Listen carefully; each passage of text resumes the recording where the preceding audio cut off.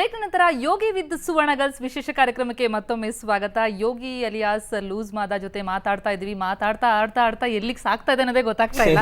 ಒಂದಾದ್ಮೇಲೆ ಒಂದು ಗಿಫ್ಟ್ ಕೊಟ್ಟಂಗೂ ಅದನ್ನ ಎಷ್ಟು ಎಂಜಾಯ್ ಮಾಡ್ತೀರಾ, ಎಷ್ಟು ಎಕ್ಸೈಟ್ ಆಗ್ತಿದ್ದೀರಾ. ಫಿಲ್ಮ್ ಶೂಟಿಂಗ್ ನಲ್ಲಿ ಸೆಟ್ ನಲ್ಲಿ ನಿಮ್ಗೆ ಕ್ಯಾರೆಕ್ಟರ್ಗಳನ್ನೆಲ್ಲ ಕೊಟ್ಟಾಗ ಸೊ ಯಾವ ಕ್ಯಾರೆಕ್ಟರ್ ನಿಮಗೆ ಬಹಳ ಎಕ್ಸೈಟ್ ಆಗಿದ್ದು ನಿಮ್ಗೆ ಇಲ್ಲಿವರೆಗೆ ಸಿಕ್ಕಿರೋದ್ರಲ್ಲಿ? ನಾನು ಎಕ್ಸೈಟ್ಮೆಂಟ್ ಅಂತ ಯಾವುದೂ ಆಗಿಲ್ಲ, ಚಾಲೆಂಜಿಂಗ್ ಕ್ಯಾರೆಕ್ಟರ್ ಅಂತ ಬಂದಿದ್ದು ನನಗೆ. ಫಸ್ಟು ಅಲೆಮಾರಿ ಸಿನಿಮಾ ಮಾಡಿದ ಕ್ಯಾರೆಕ್ಟರ್.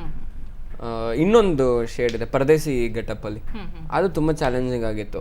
ಯಾಕಂದರೆ ಡೈರೆಕ್ಟರು ತುಂಬ ಆಸೆ ಇಟ್ಕೊಂಡಿದ್ದ. ಆಗ ಅವನು ಸಂತು ಹೋಗುಬಾ ಅಂತಲೇ ಮಾತಾಡೋದು, ಅವನು ತುಂಬ ಆಸೆ ಇಟ್ಕೊಂಡ ಆ ಒಂದು ಪರ್ಟಿಕ್ಯುಲರ್ ಕ್ಯಾರೆಕ್ಟರ್ ಮೇಲೆ. ಆ ಕ್ಯಾರೆಕ್ಟರ್ನ ನಾನು ಹೆಂಗಾದ್ರೂ ಮಾಡಿ ಫುಲ್ಫಿಲ್ ಮಾಡಬೇಕು, ಆ ಪಾತ್ರಕ್ಕೆ ಜೀವ ತುಂಬಬೇಕು. ಸೊ ಅದು ತುಂಬ ಚಾಲೆಂಜಿಂಗ್ ಆಗಿ ತೊಗೊಂಡು ಆ ಒಂದಷ್ಟು ನಡೆಯೋ ಸ್ಟೈಲು, ಆಮೇಲೆ ಕತ್ತು ಒಂಥರ ಇಟ್ಕೊಳ್ಳೋದು, ಆಮೇಲೆ ನನಗೆ ಎಷ್ಟು ತುಂಬಾ ಕಷ್ಟಪಟ್ಟು ಮಾಡಿದ ಒಂದು ಕ್ಯಾರೆಕ್ಟ್ರು. ಅದು ಇವತ್ತಿಗೂ ತುಂಬ ಇಷ್ಟ. ಇನ್ನೂ ಒಂದು 10-15 ವರ್ಷ ಆದಮೇಲೆ ಕೇಳಿದ್ರೆ ನಂಗೆ ಆ ಸಿನಿಮಾ ತುಂಬ ಇಷ್ಟ. ಹೀರೋ ಅಂದ್ರೆ ಒಂದು ಇಮೇಜ್ ಇದೆ, ಸೂಟು ಬೂಟು ಹಾಕೊಳ್ಳೋದು, ಹೈಫೈ ಮಾಡ್ ಲೈಫ್ ಆಗಿರುತ್ತೆ, ಹಿಂಗೆ ಕೆಳಗಿಂದ ಮೇಲೆ ಹಿಂಗೆ ತೋರಿಸ್ತಿರ್ತಾರೆ. ಆದ್ರೆ ಇದೆಲ್ಲ ಯೋಗಿದೆಲ್ಲ ಉಲ್ಟಾ ಒಂಥರ ತುಂಬಾ ನಾರ್ಮಲ್ ಮ್ಯಾನ್, ಹೀರೋಯಿಸಮ್ ಅನ್ನೋದು ಕಾಣೋದೇ ಇಲ್ಲ ಅಲ್ಲಿ. ನಿಮ್ಗೆ ನೋಡಿ ಆತರ ಕ್ಯಾರೆಕ್ಟರ್ಗಳು ಕೊಡ್ತಾರ ಅಥವಾ ನೀವೇ ಆತರ ಅದ್ ಮಾಡ್ತೀರಾ ಹೇಗೆ ಅಂತದ್ದು? ಇಲ್ಲ, ನನ್ನ ಹತ್ರ ಬರೋ ಕಥೆಗಳೇ ಅಂಥದ್ದು.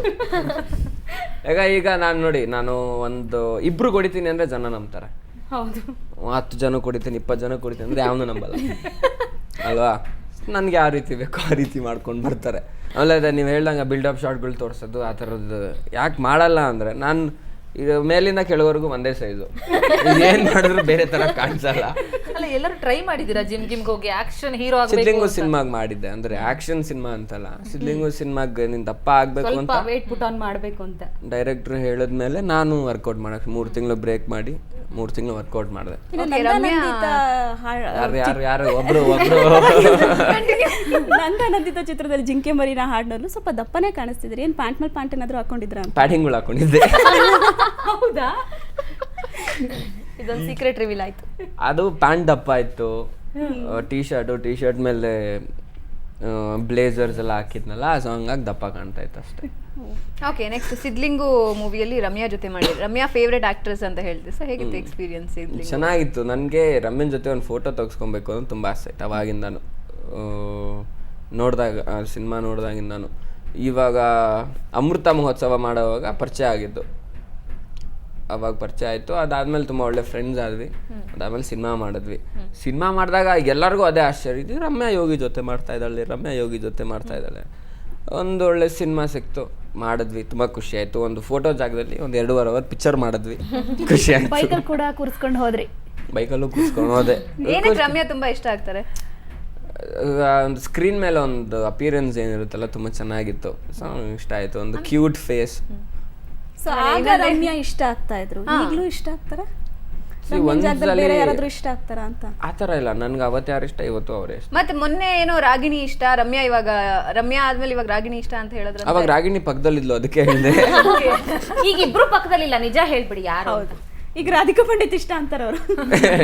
ಓಕೆ, ಇಬ್ರು ಪಕ್ಕದಲ್ಲಿದ್ರೆ ಏನ್ ಮಾಡ್ತಿದ್ರಿ? ಇಬ್ರು ಪಕ್ಕದಲ್ಲಿದ್ರೆ ಕ್ವಶನ್ ಬೇರೆ ಕೇಳಿ ಅಂತ ಇದ್ದೆ. ಈಗ ಇಬ್ರು ಇಲ್ಲಪ್ಪ, ಯಾರು ಇಷ್ಟ ಅಂತ ಹೇಳ್ಬಿಡಿ. ರಕ್ಷಿತಾ ಇಷ್ಟ. ಇಬ್ರಿಗೂ ಬೇಡ ಅಂತ.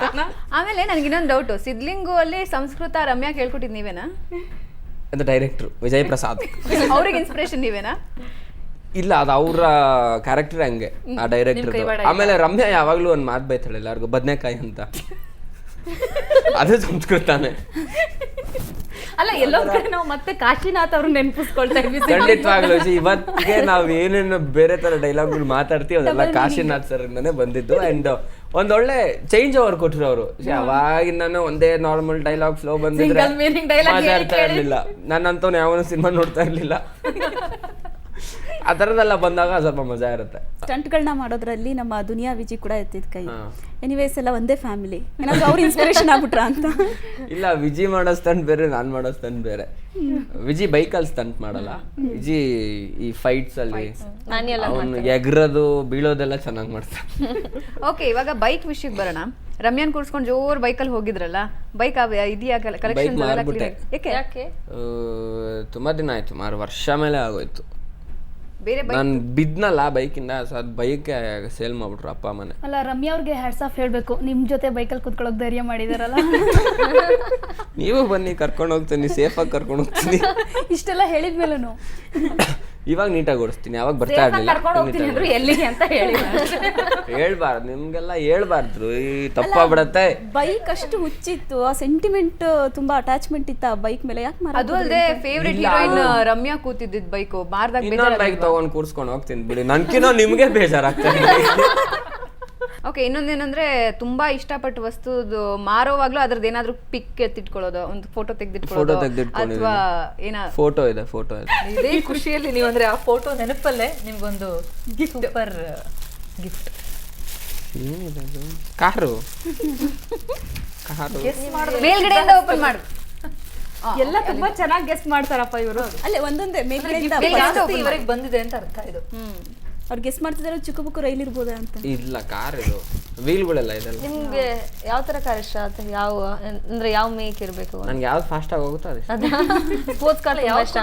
ನೀವು ಫಾಸ್ಟ್ ಆಗಿ ಓಡಿಸ್ತೀರೇನೋ ಅಂತ. ಅಲ್ಲ, ಫಾಸ್ಟ್ ಆಗಿ ಹೋಗ್ಬೇಕಲ್ಲ ಕಾರ್.